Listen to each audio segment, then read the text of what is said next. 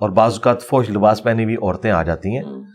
وہاں آپ اشتہارات کو کیٹاگرائز تو کر سکتے ہیں پروڈکٹ کے اعتبار سے, لیکن وہ تو شیونگ بلیڈ میں بھی عورت کو لے آئیں گے, ٹھیک ہے. لیکن جو امیجز ہیں ان میں یہ معاملہ نہیں ہوتا, کیونکہ وہ بینر اتنا چھوٹا ہوتا ہے کہ اس کے اوپر وہ تصویریں نہیں آتی. عموماً اس کے اوپر بس صرف اس چیز کا نام اور لنک لکھا ہوتا ہے. ہاں کیٹیگرائزیشن ضرور کریں, یہ نہ ہو کہ کوئی شراب کا اشتہار نیچے چل رہا ہو, وہ آپ کر لیں. باقی ویڈیو ایڈز کا ایشو ہے, اس کے ساتھ ہماری نظر آپ ہی احتیاط برتتے ہیں. جو باقی علماء کرام ہیں وہ تو اس سے پیسے کما رہے ہیں, تو اس کا مطلب نہیں, باقیوں میں بھی کچھ لوگ ہیں, مثلا الیاس قادری صاحب ہیں, انہوں نے نہیں کی. ڈاکٹر اسرار صاحب کا جو چینل ہے انہوں نے نہیں کی بھی. ہاں ان کے علاوہ سب نے کی بھی, ایون طارق جمیل صاحب نے بھی کر لی ہے. میرے کہنے پہ انہوں نے بند کی تھی, بعد میں دوبارہ آن کر لی, پتہ نہیں انہوں نے کی یا ان کے ساتھ والوں نے کی. اور اب تو اللہ کا شکر ہے میرا مسئلہ آسان ہو گیا. مفتی تقی عثمانی صاحب کا ریٹن میں فتویٰ آ گیا, ٹھیک ہے, کہ یوٹیوب کی انکم یہ جو ایڈز کے ذریعے ہے, ویڈیو ایڈز کے ذریعے درست نہیں ہے. اور اس میں انہوں نے پوری وہ تفصیل لکھی جو میں یہ بیان کر رہا ہوں. ہاں رہی امیجز والا معاملہ, اس کو ہم جائز سمجھتے ہیں. مطلقاً ہم یہ نہیں کہتے کہ یوٹیوب کی کمائی حرام ہے, ہمیں ویڈیو ایڈز کے ساتھ ہے. طارق جمیل صاحب نے مجھے خود بتایا, جب میں نے انہیں ہائی لائٹ کیا نا, وہ کہتے ہیں یار وہ مجھے امریکہ سے بھی کالز آئی تھی کہ اتنے گندے اشتہارات چلتے ہیں. یورپ امریکہ میں تو آپ سوچ نہیں سکتے جس قسم کے ایڈز چلتے ہیں. بالکل. تو کیٹیگرائزیشن آپ کیا کریں گے؟ صابن حلال ہے نا, اس کو تو آپ کیٹیگری میں چیک کریں گے نا. تو صابن کا اشتہار پھر آپ کی لکس کی مرضی ہے کہ وہ کس طرح کا چلائے, آپ سے پوچھ کے تو نہیں انہوں نے کرنا. لیکن یہ امیجز میں ہوگا نا تو لکس کی ٹکیا بنی ہوئی ہوگی اور ساتھ لکھا ہوگا. وہ اتنا چھوٹا بینر ہوتا ہے کہ اس کے اوپر وہ ساری چیزیں نہیں کر سکتے. اس لیے میں نے ایز اے لاسٹ ریزارٹ اس کی اجازت دی تھی, اور وہ اس لیے کہ جب تک آپ مونیٹائزیشن نہیں کرتے آپ کا چینل سکیور نہیں ہوتا کاپی رائٹس کے پوائنٹ آف ویو سے, اور اس کی گروتھ بھی نہیں ہوتی. تو ایز اے لاسٹ ریزارٹ صرف امیجز تک بات کی تھی. جس طرح آپ کہتے ہیں نا کہ وہ دھواں پہنچنا, وہ والا معاملہ ہے. ہاں آپ نے امرود کاٹا, اس میں کیڑے نکلے, وہ تو آپ چھوڑ سکتے ہیں, لیکن جو بیکٹیریاز ہم انہیل کر رہے ہیں وہ تو ہمارے اختیار میں نہیں. تو اتنا میں نے امیجز کے پوائنٹ آف ویو سے ہی بات کی تھی کہ وہ آپ کریں. اگر مستقبل میں یوٹیوب یہ آفر کر دے کہ ویڈیو ایڈز آپ کیٹیگرائز بھی کریں, اور ایڈ پہلے آپ چلا کے خود اس سے چیک ان چیک کریں ہر ایڈ کو, اور یہ پاسبل نہیں ہے, بہت بڑا کام ہو جائے گا کیونکہ اتنے ملک ہیں. اگر ایسا ہو جائے تو میں آج ہی آپ مجھ سے فتویٰ لے لیں کہ میں پھر بالکل صحیح کہوں گا اسے. ٹھیک ہے.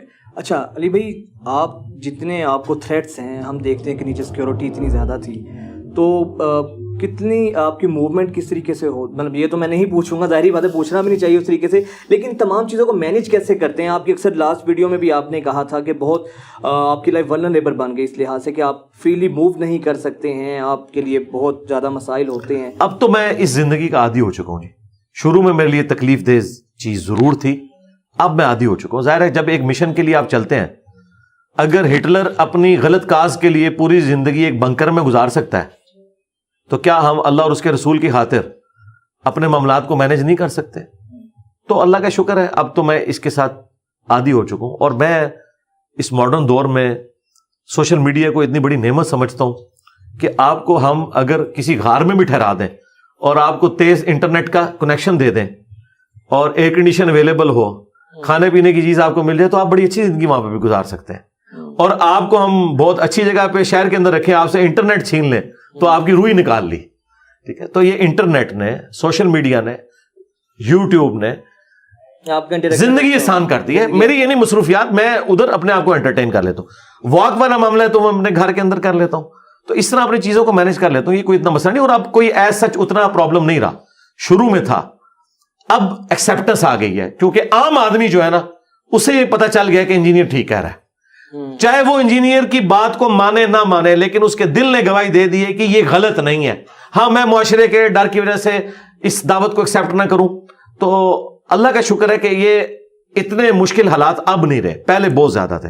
ہاں انڈیویجول لیول کے اوپر آپ کہیں کہ مولویوں کا یا دہشت گرد تنظیموں کا, وہ تو ظاہر آپ کو پتہ ہے کہ ان کا ایک اپنا ایک مزاج ہے, ان کے اوپر تو ظاہر ہماری سیکیورٹی ایجنسیز نے نظر رکھی ہوئی ہے, اور وہ سیکیورٹی میرے ساتھ ہوتی ہے گورنمنٹ کی طرف سے بھی, اللہ کا شکر. اور ابھی بھی آپ بائک پر ہی زیادہ سفر کرتے ہیں؟ مجھے ضرورت ہی نہیں پڑتی سفر کرنے کی, اللہ کا شکر. اچھا, زیادہ ٹائم یہیں پہ اسپینڈ؟ جی میں تو بس اپنی جو موومنٹ ہے میری لمیٹڈ ہے. اچھا علی بھائی, اکثر ہم اپنے علماء کرام سے بھی سنتے ہیں, کہا جاتا ہے کہ جیسی عوام ہوتے ہیں ویسے ہی حکمران ہوتے ہیں. تو کہیں نہ کہیں حکمرانوں کو بھی جسٹیفائی کیا جاتا ہے, تو آپ اس چیز کو کس اینگل سے, کس پرسپیکٹو سے دیکھتے ہیں؟ دیکھیں 50% تو یہ بات درست ہے کہ جس طرح کی عوام ہوگی اسی عوام میں سے ایک بندے نے آرمی چیف بننا ہے, ایک نے چیف جسٹس بننا ہے, ایک نے پرائم منسٹر بننا ہے, باہر سے تو آ کے نہیں بننا. تو ظاہر اسی میں سے بننا ہے تو اسی قسم کا ہی ہوگا, الا یہ کہ اللہ تعالیٰ کی طرف سے کوئی معجزانہ معاملہ ہو جائے. لیکن 50% یہ بات غلط ہے. یہ عموماً حکمرانوں نے یہ علماء کے ذریعے پبلک میں چیز پروپیگیٹ کی تاکہ ان کی حرام خوریوں کے اوپر پردہ پڑ جائے. یہی میں پوچھ, یعنی اگر کوئی ہمارے جیسے کوئی مسئلے پیدا ہوں اور کہیں گے کیا ہو رہا ہے, تو ان کے حکومتی ملے ان کو یہ بتائیں کہ نہیں نہیں آپ بڑے گنہگار ہو اس لیے اوپر اس طرح کے لوگ آ گئے. بھائی ہم گنہگار ہیں نا, اوپر جو آیا ہوا ہے اس نے نہیں مرنا. ہم نے تو دیکھا ہے نیچے اتنے نیکوکار لوگ تھے, یزید اوپر آگے بیٹھ گیا, تو کیا صحابہ کرام گنہگار ہو گئے تھے کہ اوپر یزید آ گیا تھا؟ تو یہ حکمرانوں کے کرتوتوں پہ پردہ ڈالنے کے لیے حکومتی ملے, حکومتی امام, حکومتی محدث, حکومتی مفسر اپنے اپنے زمانے میں جو بڑے بڑے ہوتے تھے, میں ان کی بات نہیں کر رہا جو اچھے لوگ تھے, لیکن انہی میں اس طرح کے لوگ بھی تھے, وہ یوز ہوتے تھے تاکہ بس پردہ ڈلا رہے ان کے اوپر اور میٹھی نیند آپ کو سلا دیں. علی بھائی, اس وقت پاکستان جس نہج پر ہے, ہمارے معاشی حالات آپ کے سامنے ہیں, سیاسی حالات آپ کے سامنے ہیں. آپ اگر میں آپ سے پوچھوں کہ اکثر ہمارے جو صحافی ہیں یا جو دانشور طبقہ ہے ہمارا, کوئی حکمرانوں کو قرار دیتا ہے ان تمام تر حالات کا ذمہ دار, کوئی اسٹیبلشمنٹ کو, کوئی سیاست دانوں کو, یا کوئی علماء کرام کو کہتا ہے کہ ممبر و محراب اس طریقے سے ہماری تربیت یا جو اخلاقی زوال کی وجہ ہے. آپ کے نزدیک ان جو ملکی حالات کا بنیادی ذمہ دار کون ہے؟ آپ کس کو سمجھتے ہیں؟ سارے ہی ہیں جی. ہاں, جن کے پاس طاقت زیادہ ہے تو وہ مجرم بھی بڑے ہوں گے. اگر آپ عزت اویل کر رہے ہیں نا اس وجہ سے کہ ہم بڑے ہیں قوم کے, تو رسپانسبلٹی بھی پھر خرابی کی آپ ہی اٹھائیں گے. یہ نہیں ہو سکتا کہ ایک کرکٹ ٹیم جب میچ جیتے تو کیپٹن کے کہ یہ میری وجہ سے ہوا, اور جب ہارے تو وہ ڈال دیں نچلوں کے اوپر. نہیں, پھر اس کو ہی آن کرنا ہے. اس اعتبار سے چونکہ پاکستان میں سب سے زیادہ طاقتور اسٹیبلشمنٹ ہے, اور پہلے دن سے ہی اسٹیبلشمنٹ نے ڈیموکریسی کو یہاں ایکسیپٹ نہیں کیا. ایون انہوں نے محمد علی جناح کے ساتھ بھی اچھا سلوک نہیں کیا. یہ اب ایک الگ سے ایک ٹاپک ہے. پہلے نمبر پہ یہ لوگ مجرم ہیں. اب یہ آ کے ضرور کہہ رہے ہیں ہم اے پولیٹیکل ہو گئے ہیں اور آندام یہ کریں گے وہ کریں گے. اور ایکس جو آرمی چیف تھے انہوں نے تو باقاعدہ تقریر کی کہ ہم اتنی قربانیاں دیتے ہیں پھر بھی ہم سب سے زیادہ بدنام ہیں, اس کی وجہ ہے کہ ہم نے پالیٹکس میں اپنی دخل رکھی ہوئی ہے, اب ہم نہیں کریں گے. تو یہ خود مانے ہوئے ہیں. اچھا, تو یہ سب سے بڑی ریزن یہ ہے. دوسرے نمبر پہ جوڈیشری ہے, کیونکہ جب بھی کوئی ڈکٹیٹر آیا اسے لیجیٹمائز اسی جوڈیشری نے کیا. اگر سپریم کورٹ مارشاء اللہ کو ایکسیپٹ نہ کرے تو مارشاء اللہ سسٹین نہیں کر سکتا. یہ ہر ڈکٹیٹر کو ویلکم کہتے رہے, اور آگے پیچھے بھی ان کے جو فیصلے ہیں وہ وقتاً فوقتاً بولتے رہتے ہیں.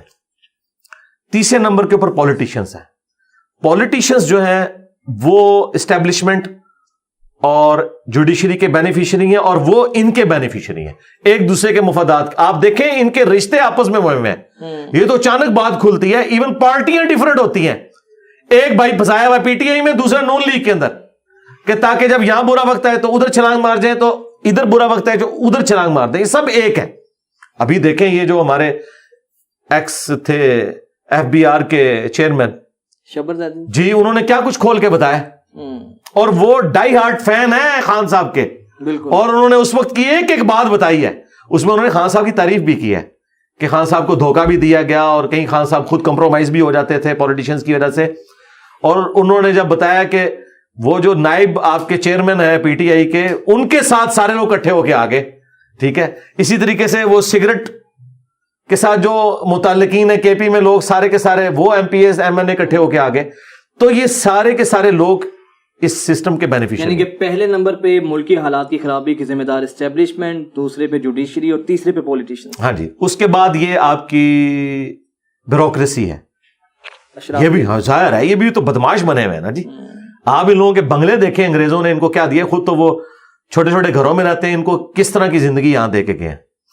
اور اس کے بعد پھر آپ کے وڈیرے, اور وہ پولیٹیشنز کی کیٹیگری میں اگر آپ نے فال کروانا ہے, وہ الیکشن نہ بھی لڑے وہ کنگ میکر ہوتے ہیں. اور اس کے بعد علماء کا طبقہ بھی یقیناً ذمہ دار ہے, کیونکہ انہوں نے جو ویکلی گیدرنگ تھی جمعے کی, وہ نکاح طلاق کے مسائل بتانے کے لیے, استنجے کا طریقہ بتانے کے لیے نہیں, یہ پولیٹیکل گیدرنگ ہے. عید کی ہماری اینول پولیٹیکل گیدرنگ ہے اور حج کی انٹرنیشنل پولیٹیکل گیدرنگ ہے. انہوں نے اس کو دوسری طرف کر دیا ہوا. ہماری تو مساجد میں لکھا ہوتا ہے یہاں پر سیاسی گفتگو کرنا منع ہے. جی جی جی. تو سیاسی گفتگو کرتے ہیں نا آپ. جب گورنمنٹ ان کے مدرسوں کا پوچھتی ہے حساب کتاب بتاؤ ذرا چندوں کا, تو پھر یہ سیاسی گفتگو بھی کرتے ہیں آ کے. جب آپ ان کے مفادات کے اوپر ضرب لگاتے ہیں تو ساری سیاسی گفتگو یہ لوگ کر رہے ہوتے ہیں. اور میرا خیال ہے مولانا فضل الرحمان صاحب یا سراج الحق صاحب یا باقی جو سیاسی جماعتیں ہیں ان کے لیڈرز کے بعد کم از کم مذہبی طبقے کو تو یہ کہنا ہی نہیں چاہیے کہ سیاست جو ہے وہ دین سے الگ ہے کوئی. اور یہ خود تو ڈاکٹر اقبال کو بڑا کوٹ کرتے ہیں, جدا ہو دین سیاست سے تو رہ جاتی ہے چنگیزی. تو سیاست پہ یہ بات کرتے ہیں, ایسی بات نہیں ہے. اور اس کے بعد اگر کوئی مجرم ہے تو پھر عوام الناس بھی ہے جی. کم از کم وہ پڑھا لکھا طبقہ, انہیں کم از کم آواز تو بلند کرنی چاہیے تھی نا. اب آپ دیکھ لیں جتنے لوگ قانون کی حکمرانی کی بات کرنے والے لوگ ہیں, جہاں جہاں ان کی پولیٹیکل ایفیلیشن ہے, جب ان پولیٹیشنز کے اوپر برا وقت آتا ہے نا, اس وقت انہیں democracy, rule of law, judiciary یاد آتی ہے. اور جب دوسروں پہ برا وقت ہوتا ہے اس وقت وہ کہہ رہے ہیں بالکل ایسا ہی ہونا چاہیے ان کے ساتھ. تو ان سب کو اکٹھا ہونا چاہیے کہ طے کر لیں کہ ہم نے آئین کی پاسداری کرنی ہے, فوج نے اپنا کام کرنا ہے, جوڈیشری نے اپنا کام کرنا ہے, پولیٹیشنز نے اپنا کام کرنا ہے, پارلیمنٹ نے قانون سازی کرنی ہے. پارلیمنٹ قانون سازی کیا کر رہی ہوتی ہے, جیسے ہی حکومت جا رہی ہوتی ہے وہ اپنے بینیفٹس بڑھا کے تو ہو جاتی ہے. اب مجھے بتائیں اگر چیف جسٹس بیٹھ کے مہنگائی کا رونا رو رہا ہے اور 3 دن بعد ہمیں پتا چلے اس کی 4 لاکھ تنخواہ بڑھ گئی ہے, ایسا ہوتا تو پھر ظاہر ہے ہم تو پھر قنوت نازلہ ہی لوگوں کے اوپر پڑھ رہے ہوں گے نا کہ یار ہمیں دھوکہ دے رہے ہو تم لوگ. مطلب تمہارے دل میں کہاں, تمہارے سینے کے اندر اتنا غم آ گیا ہے عوام کا. اچھا, ہم سیاستدانوں سے جب اس پر بات کرتے ہیں اپنے ٹاک شوز میں تو وہ بڑی بے بسی کا اظہار کرتے ہیں. وہ کہتے ہیں کہ ہمارے تو ہاتھ پاؤں بندھے ہوتے ہیں, چاہے وہ وزیر اعظم ہو یا چاہے ایک عام کوئی منسٹر بھی ہو, تو کہیں نہ کہیں وہ اپنے آپ کو اس طرح سے جسٹیفائی کرتے نظر آتے ہیں کہ ہمارے تو ہاتھ ہی بندھے ہوئے ہیں. پھر ریسنٹلی جو کچھ ہو رہا ہے وہ بھی آپ کے سامنے ہے. ٹھیک ہے, کسی حد تک بھی بات درست ہے, لیکن 100% نہیں بندھے ہوئے. دیکھیں میں سب سے زیادہ کرٹیسزم کرتا ہوں اسٹیبلشمنٹ کے کردار کے اوپر, لیکن یہ ان کی خوبی ماننے والی ہے.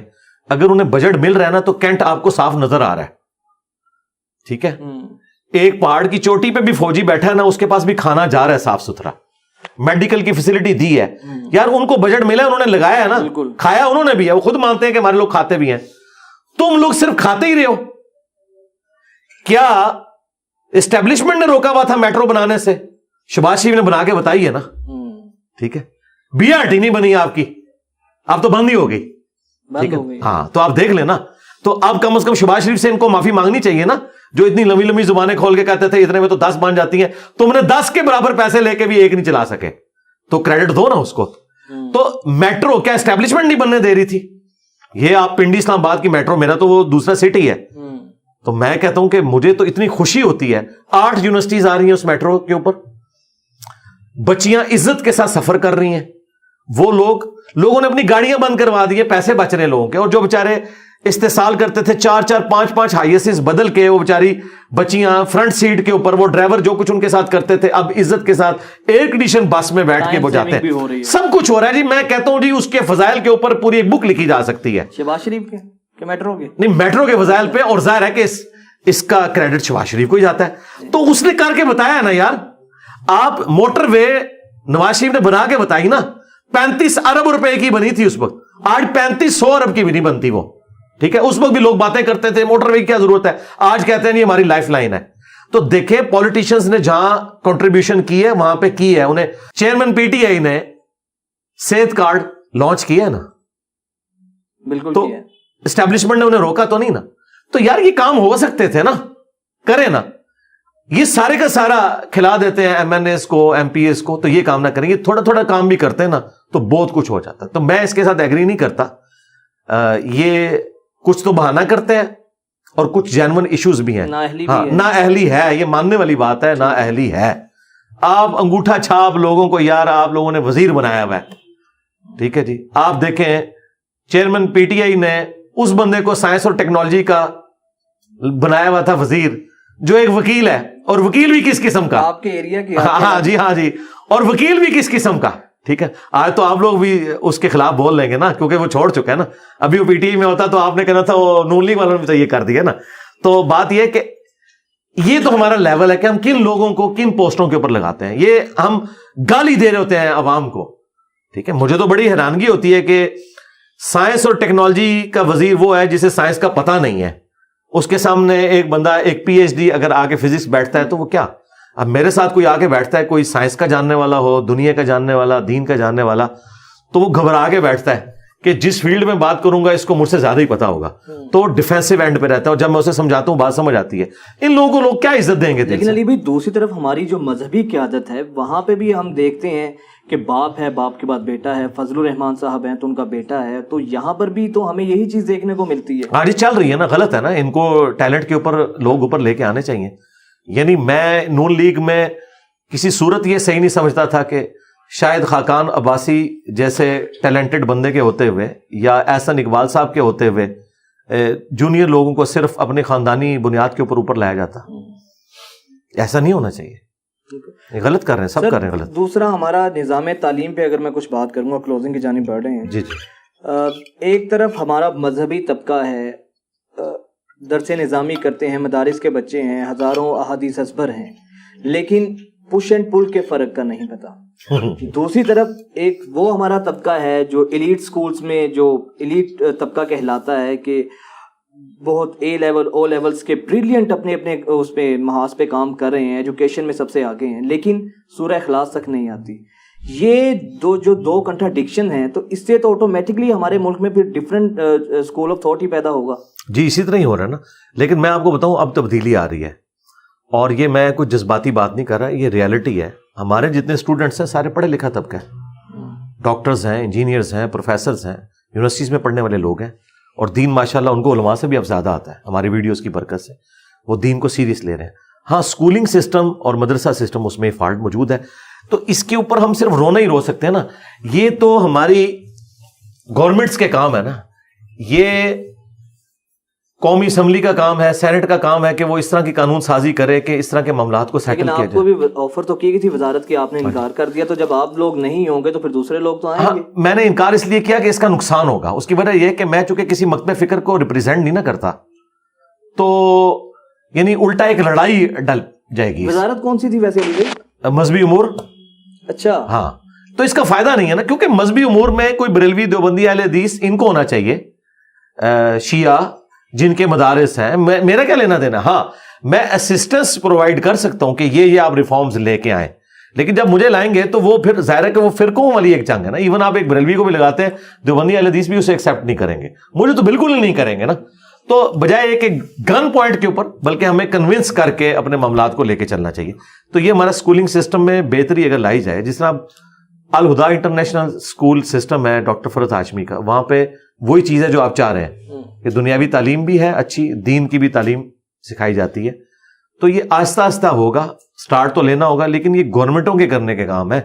ہم وائزین ہیں صرف, یا ہم زیادہ سے زیادہ انٹلیکچوئل ان پٹ دے سکتے ہیں, باقی جو ڈیسیژن میکر ہیں وہ تو یہ لوگ ہیں نا, یہ ان کے کرنے کے کام ہے. لاسٹلی موجودہ سیاسی قیادت میں اب آگے الیکشن بھی قریب آ رہے ہیں, تو آپ کس کو سمجھتے ہیں کون زیادہ بیٹر ہے؟ اگر میں آپ سے پہلے جو ڈرائیونگ سیٹ پر موجود ہیں, پی ایم ایل این ہے, پیپلز پارٹی ہے, یا پھر پاکستان تحریک انصاف ہے, آپ کے نزدیک کیا آپ کس کو اینالائز کریں گے کہ یار یہ لوگ پھر بھی ملک کی بہتری کے لیے ٹھیک ہیں؟ دیکھیں اگر کریکٹر کی بات کریں گے نا تو پھر ذاتیات کے اوپر اگر نون لیگ کی لیڈرشپ کے اندر خرابیاں موجود ہیں تو پی ٹی آئی کی لیڈرشپ میں بھی خرابیاں, وہ تو ہمارے سامنے آ چکی ہیں.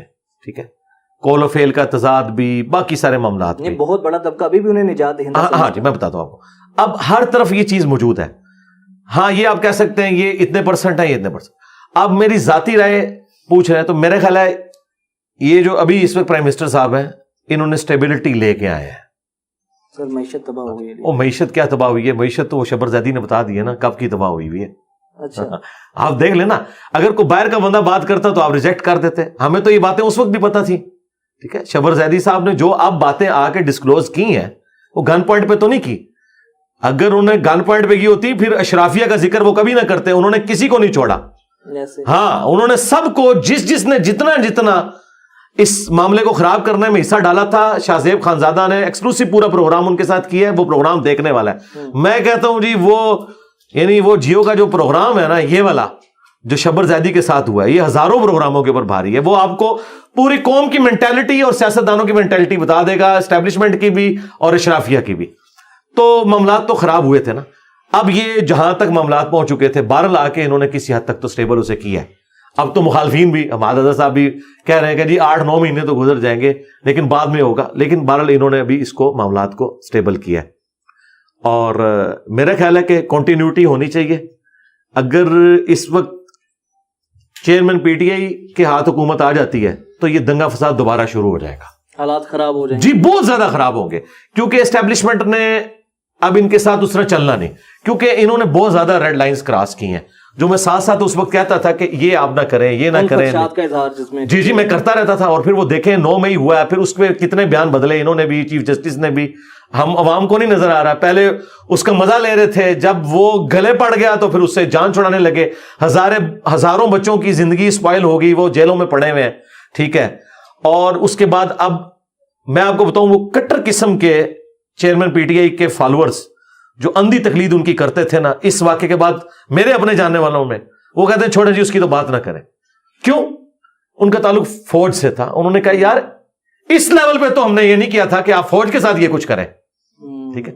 تو وہاں پہ بھی اب وہ والا ایک آپ جو کہتے ہیں نا سہر، وہ ٹوٹ چکا ہے. اچھا یہ 9 مئی کے بعد ظاہر ہے بہت کچھ ہو گیا نا. فوج کی بال ٹریننگ یہ ہے کہ اس ریڈ لائن کو جو بھی کراس کرے گا نا یہ بہت آگے، اور وہ واقعی غلط بھی ہوا، اس طرح ہونا بھی نہیں چاہیے تھا. ہاں وہ جو کچھ ہوا نا اس کے بعد معاملات بگڑے. اور اب پھر معاملات روزانہ قوم سے جب وہ خطاب کرتے ہیں پھر وہ سارے کا سارا لسٹ ڈاؤن چیزوں کو کرنا شروع کر دیتے ہیں. اور اس کا اینڈ رزلٹ اب یہ نکل رہا ہے کہ بالکل نون لیگ اور پی ٹی آئی کی وہ لڑائی نہیں ہے جو اسٹیبلشمنٹ اور پی ٹی آئی کی اس وقت. نون لیگ پھر بھی کوئی نرم گوشہ رکھ لے گی سیاست دان ہونے کی وجہ سے کہ ٹھیک ہے یار ان کو کسی طریقے سے بھگا دو، جس طرح خان صاحب نے بھی اس وقت کمپرومائز کر لیا. لیکن اسٹیبلشمنٹ کے دل میں اس وقت کوئی ایسی چیز نہیں ہے کہ وہ ان کو کوئی، یعنی مجھے جو نظر آ رہا ہے، یعنی کہ آپ سمجھ رہے ہیں کہ اگر یہی پی ایم ایل این 2023 کے الیکشن میں دوبارہ سے آتی ہے تو ملکی حالات بہتر ہوں گے. ہاں جی بہتر ہوں گے. آئیڈیل تو نہیں ہوں گے، اس کے لیے تو میں نے کہا 5 دفعہ اسمبلیاں چلیں. اس وقت خان صاحب کو لائے تو یہ پھر لڑنا شروع کر دیں گے اور وہ اسی طریقے سے پھر ماشاء اللہ بھی لگ سکتا ہے. ظاہر ہے کہ جب اپنی نجی محفلوں میں وہ کورٹ میں بیٹھ کے کہتے ہیں کہ جی ایک شخص نے یہ کیا، ایک شخص نے یہ کیا، اس ایک شخص کو اپنی نوکری کی فکر پڑی ہوئی ہے کہ میں آ گیا تو میں اسے ہٹا دوں گا. یہ باتیں کون سنتا ہے جی؟ یہ تو اس طرح کوئی بھی نہیں سنتا. اور جب آئیں گے تو پھر وہ کیا اس کے ساتھ کمفرٹیبل ماحول میں ہوں گے؟ جب نہیں ہوں گے اور اسے سیک کرنے کی کوشش کریں گے وہ پکڑ کے ماشاء اللہ لگا دے گا. پھر آپ کیا کریں گے؟ اور وہ تو کسی کے حق میں بھی بہتر نہیں ہوگا. یعنی کہ انجینئر محمد علی مرزا کے جو پسندیدہ اس وقت سیاستدان ہیں شہباز شریف صاحب ہیں. نہیں یہ نہیں میں نے بات کی. آپ نے مجھ سے یہ پوچھا ہے میرے پسندیدہ سیاستدان، تو پھر ان کو تو آپ نے گورنمنٹ ہی نہیں دینی. سراج الحق صاحب کو جن کو میں عوام ووٹ ڈال کے لا سکتے، بس وہ بات یہ نا کہ عوام ڈالے نا پھر ووٹ. میں نے آپ نے ان میں سے پوچھا نا کہ اس وقت ملک کی سٹیبلٹی کے لیے کیا چیز ضروری. سراج الحق صاحب کا میں اس وقت اس لیے بھی نہیں کہوں گا، ان کا ایکسپیرینس بھی اس طرح نہیں ہے. خان صاحب کے فیلئر کی وجہ بھی یہی ہے نا کہ وہ کبھی کونسلر بھی نہیں رہے، کوئی وزیر نہیں رہے، انہیں ایکسپیرینس نہیں تھا معاملات کو لے کے چلنے کا. یہ ضروری نہیں ہے کہ ایک بندہ ایک فیلڈ میں اچھا تو دوسری میں بھی اچھا ہو، ایسا ہو نہیں سکتا. ٹھیک ہے ماسٹر آف نن اور جیک آف آل ایسا معاملہ. لیکن پھر جب آپ نے سارے اپنے ساتھ جیک اس قسم کے اکٹھے کیے ہوئے ہیں، بڑی برائی چھوٹی برائی، یہ اس طرح، تو اس لیے میں اب ملک کی سٹیبلٹی کی آپ بات کر رہے ہیں نا اس وقت، تو میرا خیال ہے یہ جو ابھی پالیسیز آئی ہیں ان کو کنٹینیو کریں. کوئی بھی آئے، یعنی شہباز شریف آ جائے، کوئی بھی آ جائے، لیکن یہ معاملات اس طریقے سے چلیں جس کی وجہ سے دونوں طرف جو ہے وہ کمفرٹیبل ہے. یعنی شہباز شریف صاحب میں یہ خوبی تو ہے نا، وہ اسٹیبلشمنٹ کے ساتھ بنا کے چلتے ہیں، بہت زیادہ خوبی ہے. اچھا یہ خوبی ہے، لیکن وہ ساتھ عوام کے بھی کوئی تھوڑے بہت کام کر دیتے ہیں. یہ نہیں کہ کوئی ڈلیور نہیں کرتے. آپ کو پنجاب میں جو کوئی نظر آ رہا ہے وہ شہباز شریف کا ہی ہے نا. اب آپ کہیں گے گورنمنٹ بھی ان کی نہیں ہے، تو سرکار کے پی میں گورنمنٹ کس کی رہی ہے؟ آپ ذرا دکھائیں ادھر کون سا پروجیکٹ ہے، تو آپ کو نظر آ رہا ہے نا. لیکن علی بھائی اسی سرکار میں، اسی سیٹ اپ میں یہ جو کچھ 9 مئی کے بعد ہوتا رہا ہے، خواتین کے گھروں میں چھاپے اور یہ کچھ بالکل غلط ہے.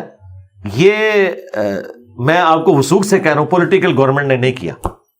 اچھا ہاں بالکل، میرے تو فرسٹ ہینڈ نالج ہے میرے پاس. میں نے لوگوں سے پوچھا، ایون انہوں نے تو ہاتھ اٹھا دیا، ان کا بھائی ہم نہیں یہ کر رہے. بھائی سیدھی سی بات ہے، بڑوں سے آپ کی لڑائی ہے تو پھر یہ کچھ تو ہوگا. لیکن مجھے یہ بتائیں کہ جو آپ کے DGIS تھے، عمران خان صاحب کو خوش کرنے کے لیے وہ کیا عورتوں کے گھر میں داخل نہیں ہوئے تھے؟ مریم نواز کا دروازہ کیا نہیں توڑا گیا تھا اس وقت ان کو خیال نہیں آیا تھا کہ ہم پہ بھی وقت آئے گا؟ تو مکافات عمل ہو رہا ہے نا. یہ یہ سارے معاملات ہو یہ رہے ہیں. کچھ جو چیئرمین پی ٹی آئی کے ساتھ ہو رہا ہے یہ جی بالکل. اور جو کچھ نواز شریف صاحب کے ساتھ ہوا یہ مکافات عمل تھا جو انہوں نے بے نظیر کے ساتھ کیا.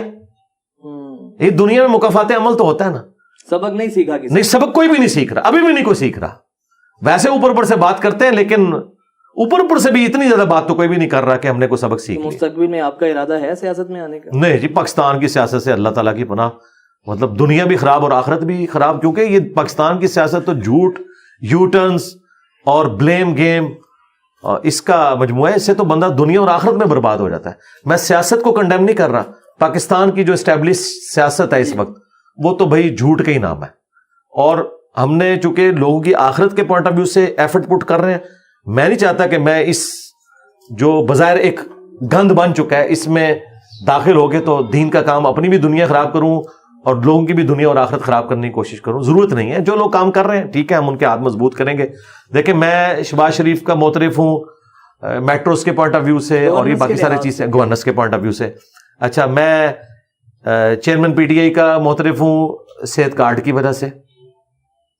اسی طریقے زرداری صاحب کی جو میں سمجھتا ہوں بے نظیر کے قتل کے بعد وہ جو 2-4 دن تھے وہ تو ہوئے, لیکن اس کے بعد جو جس طریقے سے انہوں نے یعنی کمپرومائز کر کے اپنے معاملات کو لے کے چلے تو یہ ان کی ایک خوبی ہے. ٹھیک ہے, آپ سی پیک کی آج سارا کریڈٹ نواز شریف صاحب لیتے ہیں لیکن اس میں زرداری صاحب کا بھی حصہ ہے. ایران کے ساتھ حالات بہتر کرنے کی ابتدا زرداری صاحب نے کی تھی, بعد میں ٹھیک ہے یہ لوگ بھی شامل ہوئے, تو سب نے تھوڑا تھوڑا کنٹریبیوٹ کیا ہے. اس پوائنٹ آف ویو سے سب کی پازیٹیو چیزیں. اور میں آپ کی اس کیمرے کی وساطت سے آپ کو جو ایک بات خیر اوپن سیکرٹ ہو چکی ہے, پاکستان کا جو ڈیفنس کا نظام ہے ایٹامک انرجی کا, چاہے میزائل سسٹم ہو یا باقی سارے معاملات, اس میں ہمارے پرائم منسٹر کی بڑی قربانی ہے. لوگ بات تو کرتے ہیں کہ جی فوج کی قربانی ہے, وہ بالکل اپنی جگہ ہے کہ انہوں نے بجٹ کھلا دیا ان کو.